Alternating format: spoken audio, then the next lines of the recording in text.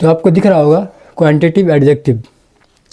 Quantitative adjective होता क्या है, इसके कितने टाइप होते हैं ये मैं बता रहा हूँ आपको।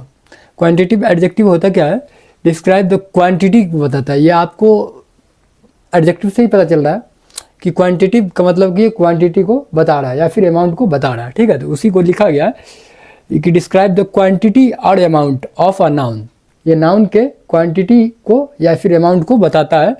दे answer the question how much, कि इसका कैसे हो सकता है, कैसे पकड़ सकते हैं, कैसे बना सकते हैं। ये हाउ मच से कराएगा काउंट या फिर हाउ मेनी से कराएगा, तो वो क्वांटिटिव एडजेक्टिव में आ जाएगा। Without specifying any exact number, इसके बारे में किसी को कुछ नंबर पता नहीं होता है तो वो क्वांटिटिव एडजेक्टिव में आएगा। जैसे how much water you have give, how much water you have give, how much money you have. तो ये क्या बोल रहा है, हाउ मच मनी मतलब कि किसी को अंदाज़ा नहीं है, वो सामने वाले को अंदाज़ा नहीं है कि कितना पैसा है, वो कुछ भी हो सकता है। तो ये क्या बोल रहा है, specifying an exact number without specifying, मतलब कि उसके बारे में पता नहीं होता है, ठीक है। उसका हम एक्सपेक्ट ही नहीं करते कि क्या है, ठीक है।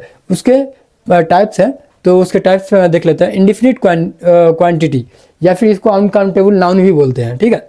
देखिए अनकाउंटेबल नाउन, इसमें क्या होता है, this adjective describe an unknown और approximate amount of something often used with uncountable noun. ये क्या है, अनकाउंटेबल नाउन के फॉर्म में इसको गिना जाएगा या फिर काउंट किया जाएगा, ठीक है। तो इंडिफिनिट क्वांटिटी या फिर अनकाउंटेबल नाउन एक है इसका टाइप्स क्वांटिटिव एडजेक्टिव का। फिर दूसरा टाइप क्या है, डिफिनिट क्वांटिटी, मतलब जिसको काउंट कर सकते हैं, गिना जा सकता है, जैसे डजन में है, पेयर में है, ठीक है, तो उसको काउंट कर सकते हैं। तो ये क्या क्या बता रहा है, this adjective describe no known और स्पेसिफिक अमाउंट ऑफ समथिंग, किसी भी चीज़ के बारे में वो स्पेसिफिक अमाउंट रखता है या फिर नंबर की जानकारी रखता है, तो वो क्या होता है, डिफिनिट क्वांटिटी। और ये क्या है, इसका क्वांटिटिव एडजेक्टिव का ये सेकंड मतलब के पार्ट्स हैं। थर्ड पार्ट पे आते हैं क्वांटिटिव एडजेक्टिव के, तो वो क्या बोल रहा है, पार्टिसिप एडजेक्टिव या फ्रैक्शनल क्वांटिटी, फ्रैक्शनल क्वांटिटी को बताएगा। तो the adjective expresses A part और फ्रैक्शन ऑफ ए होल, किसी भी चीज़ का एक पार्ट बना करके होल चीज़ का, वो क्या कहलाता है, पार्टिसिप एडजेक्टिव या फिर फ्रैक्शनल क्वांटिटी। ये जो है तीन टाइप्स के क्वांटिटी है जो क्वांटिटिव एडजेक्टिव के हैं। इसका मैं एग्जांपल आपको फिर लिख करके बता रहा हूँ। तो आपको यहाँ पे दिख रहा होगा कि इंडिफिनिट क्वांटिटी अनकाउंटेबल नाउन्स के कुछ एग्जांपल्स है और उसके जो फॉर्म है वो क्या क्या चीज़ से हो सकता है, इसको लिखा जा सकता है। जैसे some, much, little, enough, sufficient, all, half, great या लेस। ये सारे चीज़ से इसको अनकाउंटेबल नाउन बनाया जा सकता है या फिर इंडिफिनिट क्वांटिटी बनाया जा सकता है जो क्वांटिटिव एडजेक्टिव के अंदर आएगा। तो पहला जो है एग्जाम्पल है वो क्या है, देखिए यहाँ पे she has some water, she has some water, उसके पास कुछ पानी था, तो यह थोड़ा पानी था, कुछ पानी था। तो यहाँ पे सम क्या है, वो एक क्वांटिटी है, क्या है, क्वांटिटी है। और क्वांटिटी में भी क्या है, ये इंडिफिनिट क्वांटिटी है, यानी कि अनकाउंटेबल है, ये काउंटेबल नहीं है, ये अनकाउंटेबल है। उसी तरह से there is enough food for everyone, यहाँ बहुत खाना था जो सभी के लिए था। तो यहाँ पे एनफ क्या है, एनफ जो है एक जो है इंडिफिनिट क्वांटिटी है या फिर अनकाउंटेबल नाउन है जो क्वांटिटिव एडजेक्टिव के अंदर आता है। तो इसलिए एनफ जो है यहाँ पे इंडिफिनिट क्वांटिटी को बता रहा है। उसी तरह से he has a little patience, तो यहाँ पे क्या है, लिटिल जो है ना, वो लिटिल जो है वो क्या बता रहा है, वो क्वांटिटिव इंडिफिनिट क्वांटिटी को बता रहा है या फिर क्वांटिटिव एडजेक्टिव को बता रहा है। तो आपको ये इंडिफिनिट क्वांटिटी का मैं आपको क्लियर करवा दिया हूँ। उसी तरह से सेकंड पार्ट पे मैं आता हूँ, इसके जो क्वांटिटिव एडजेक्टिव का सेकंड पार्ट है उस पर मैं आता हूँ। आपको दिख रहा होगा सेकंड नंबर जो है क्वांटिटिव एडजेक्टिव का डिफिनिट क्वांटिटी है, को काउंटेबल नाउन में बोलते हैं। डिफिनिट क्वांटिटी जिसको काउंटेबल नाउन में रखते हैं, उसमें क्या हो सकता है, 1, 2, 3, several, many, few, 100, dozen etcetera, ठीक है। उसी तरह से इसका सेंटेंस बना हुआ है, आई हैव 3 एप्पल। 3 मतलब क्या है, यहाँ पे इसको काउंट किया जा सकता है। तो यहाँ पे 3 के अंदर 3 के नीचे मैंने अंडरलाइन कर दिया है, आई हैव 3 एप्पल, मतलब मेरे पास 3 सेब है। There are many books in the library, यहाँ पे बहुत सारी किताब है जिसको लाइब्रेरी में हैं, जो लाइब्रेरी में हैं। यहाँ पे बहुत किताबें हैं जो लाइब्रेरी में हैं। उसी तरह से मिनी जो है यहाँ पे काउंटेबल नाउन को बता रहा है। She bought a dozen eggs, मतलब उसने 1 दर्जन अंडे खरीदा। He she bought a dozen eggs, she bought a dozen eggs मतलब उसने या वह मतलब लड़की जिसने 1 दर्जन अंडा खरीदा।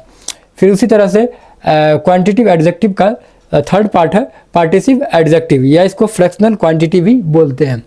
तो फ्रैक्शनल क्वांटिटी पे आ जाते हैं तो इसमें क्या हो सकता है, half, whole, quarter, double, triple. इसका मतलब he ate half of the cake, मतलब उसने आधा केक खाया, उसने आधा केक खाया। He ate half of the cake मतलब वह आधा केक खाया। She spent a quarter of her salary on rent, वो जो है अपने सैलरी का 1/4 हिस्सा रेंट में देता है या खर्च करता है या किया। सी स्पेंट वह उसने की। ठीक है, तो यहाँ तक आपको ये क्लियर हो गया होगा। और अब मैं आपको जो है इसके यूजेस पे लेके आता हूँ, इसका यूज़ कैसे कैसे होता है। जैसा कि आपको स्क्रीन पे दिख रहा होगा, uses of quantitative adjective. Use इसका कहाँ होता है, यूज इसका क्या है। यूज बिफोर नाउन, नाउन के फॉर्म में कैसे यूज़ होता है, नाउन के पहले यूज़ कैसे होता है। तो जैसे देखिए, सी ड्रैंक सम मिल्क, सी ड्रैंक सम मिल्क, मिल्क क्या यहाँ पे नाउन है और उससे पहले क्या है, सम जो है वो ई यूज़ हुआ है। तो यहाँ पे यूज बिफोर नाउन में ये पहला सेंटेंस है। उसी तरह से इसका दूसरा सेंटेंस देखते हैं। There are few chair in the room, there are few chair in the room. Room क्या है, चेयर क्या है, एक नाउन है। ठीक है, और नाउन के पहले। ठीक है, यहाँ पे बता रहा है यूजेस बिफोर नाउन, नाउन के पहले इसका यूज़। तो यहाँ पे फ्यू हो गया। उसी तरह से यूज्ड आफ्टर लिंकिंग वर्ब्स, जो लिंक वर्ब होता है उसके बाद जो कभी कभी होता है, जैसे देखा यहाँ लिखा गया है the water is enough for everyone, मतलब पानी जो है इतना था जो सभी के लिए था, या जो मतलब सभी को जितनी ज़रूरत थी उतना पानी था, बहुत था, काफ़ी था उसके लिए। हर नॉलेज इज़ ग्रेट, मतलब कि हर मतलब क्या है, लड़की है, सी का हर होता है। ठीक है, तो हर नॉलेज इज़ ग्रेट मतलब उसकी जो है जानकारी या फिर नॉलेज बहुत तगड़ी थी या फिर बहुत पावर था, अच्छा था। Used with of when followed by a pronoun definite article, जो डिफिनिट आर्टिकल के अंदर आएगा या बताएगा डिफिनिट आर्टिकल को। Some of the student left early, कुछ छात्र जो है वो पहले चले गए।